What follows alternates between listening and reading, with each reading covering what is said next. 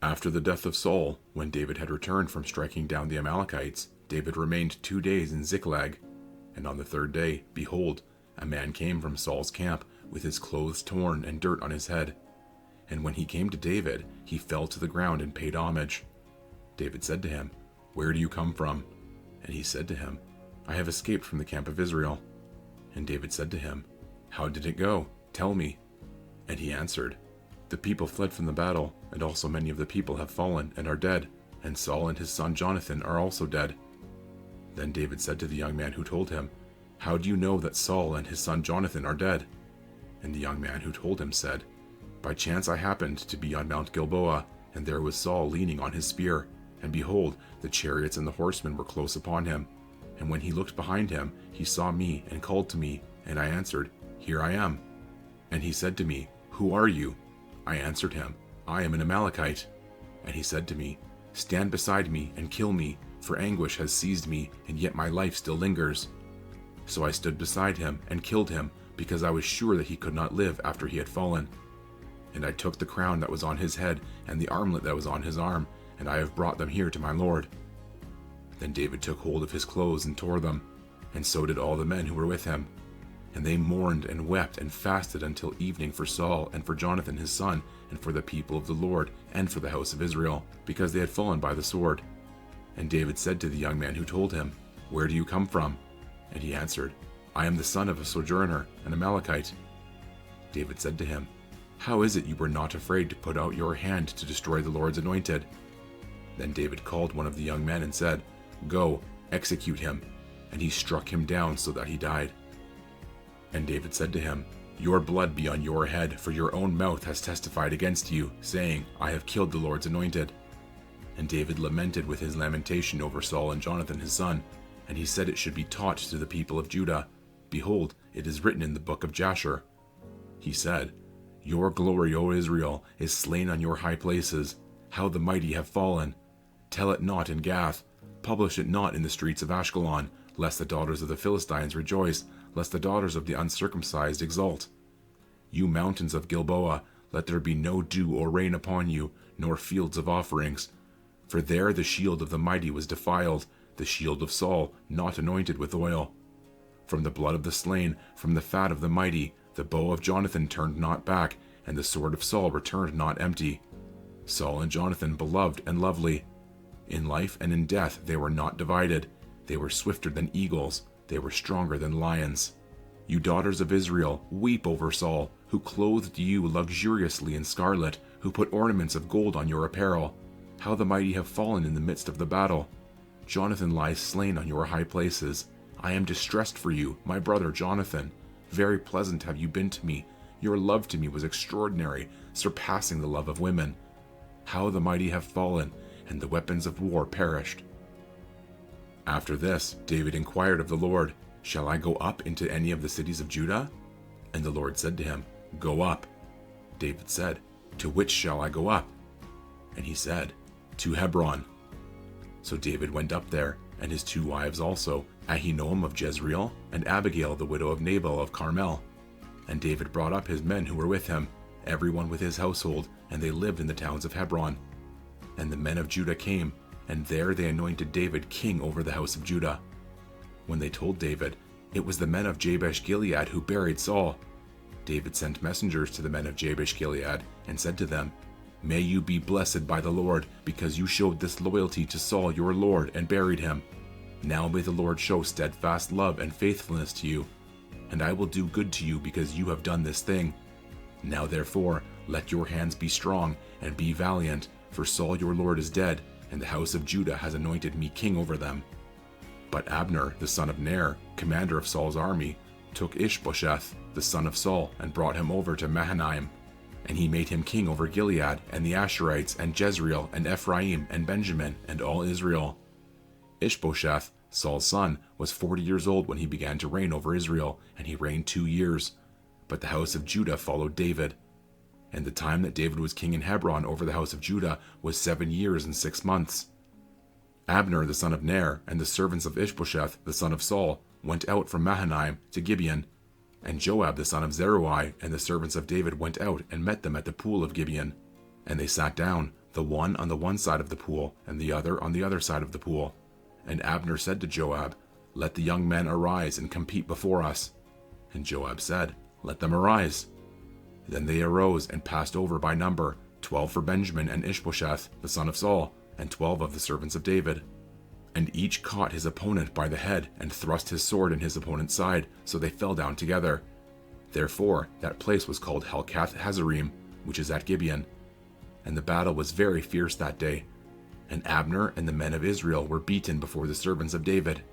And the 3 sons of Zeruiah were there, Joab, Abishai, and Asahel. Now Asahel was as swift of foot as a wild gazelle. And Asahel pursued Abner, and as he went, he turned neither to the right hand nor to the left from following Abner. Then Abner looked behind him and said, "Is it you, Asahel?"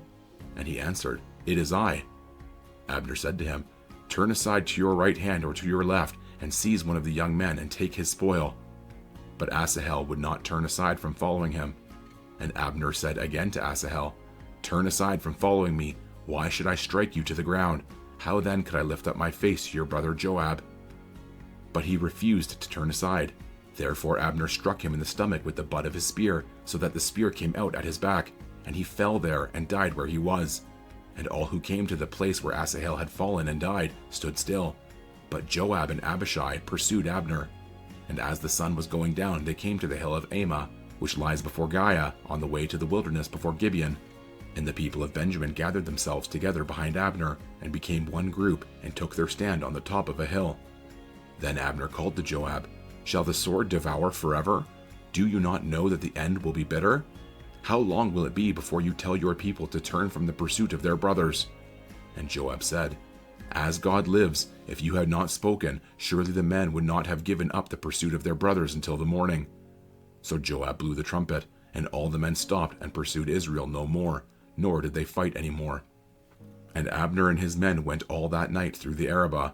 They crossed the Jordan, and marching the whole morning, they came to Mahanaim. Joab returned from the pursuit of Abner, and when he had gathered all the people together, there were missing from David's servants 19 men besides Asahel. But the servants of David had struck down of Benjamin 360 of Abner's men. And they took up Asahel and buried him in the tomb of his father, which was at Bethlehem. And Joab and his men marched all night, and the day broke upon them at Hebron. There was a long war between the house of Saul and the house of David, and David grew stronger and stronger, while the house of Saul became weaker and weaker. And sons were born to David at Hebron. His firstborn was Amnon of Ahinoam of Jezreel, and his second Chileab from Abigail the widow of Nabal of Carmel, and the third Absalom the son of Maacah the daughter of Talmai king of Geshur, and the fourth Adonijah the son of Haggith, and the fifth Shephatiah the son of Abital, and the sixth Ithream of Eglah David's wife.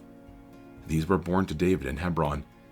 While there was war between the house of Saul and the house of David, Abner was making himself strong in the house of Saul. Now Saul had a concubine whose name was Rizpah, the daughter of Aiah. And Ishbosheth said to Abner, "Why have you gone into my father's concubine?" Then Abner was very angry over the words of Ishbosheth, and said, "Am I a dog's head of Judah? To this day I keep showing steadfast love to the house of Saul your father, to his brothers, and to his friends, and have not given you into the hand of David. And yet you charge me today with a fault concerning a woman. God do so to Abner and more also, if I do not accomplish for David what the Lord has sworn to him, to transfer the kingdom from the house of Saul, and set up the throne of David over Israel and over Judah, from Dan to Beersheba." And Ishbosheth could not answer Abner another word, because he feared him. And Abner sent messengers to David on his behalf, saying, "To whom does the land belong? Make your covenant with me, and behold, my hand shall be with you to bring over all Israel to you."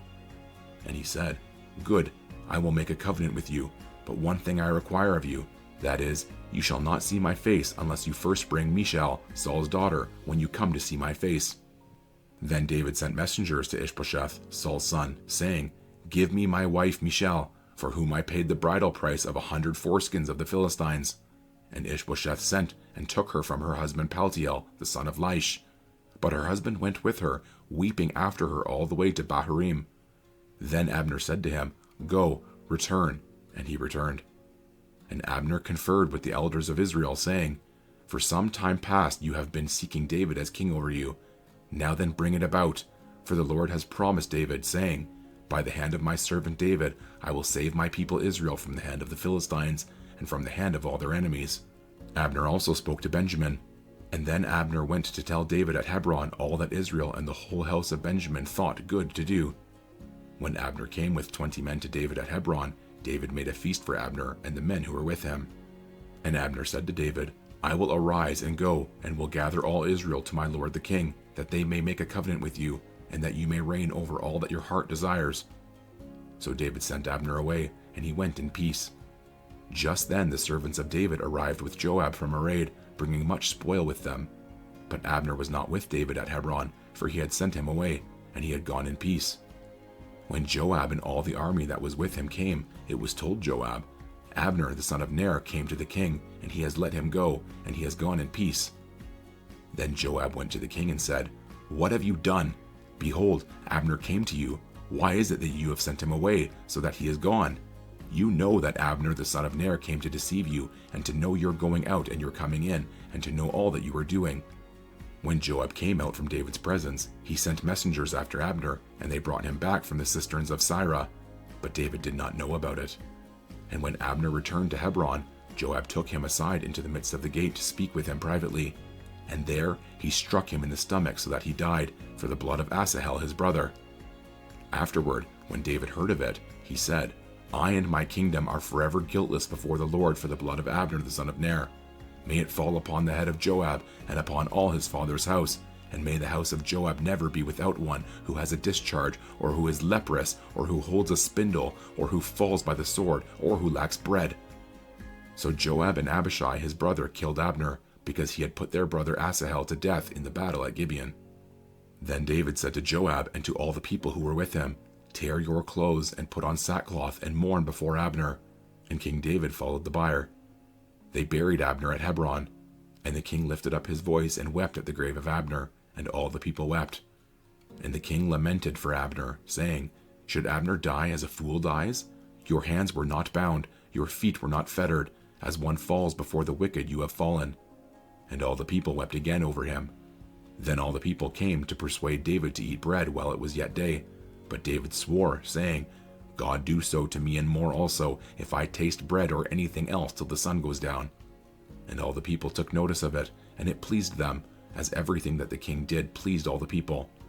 So all the people and all Israel understood that day that it had not been the king's will to put to death Abner the son of Ner. And the king said to his servants, "Do you not know that a prince and a great man has fallen this day in Israel?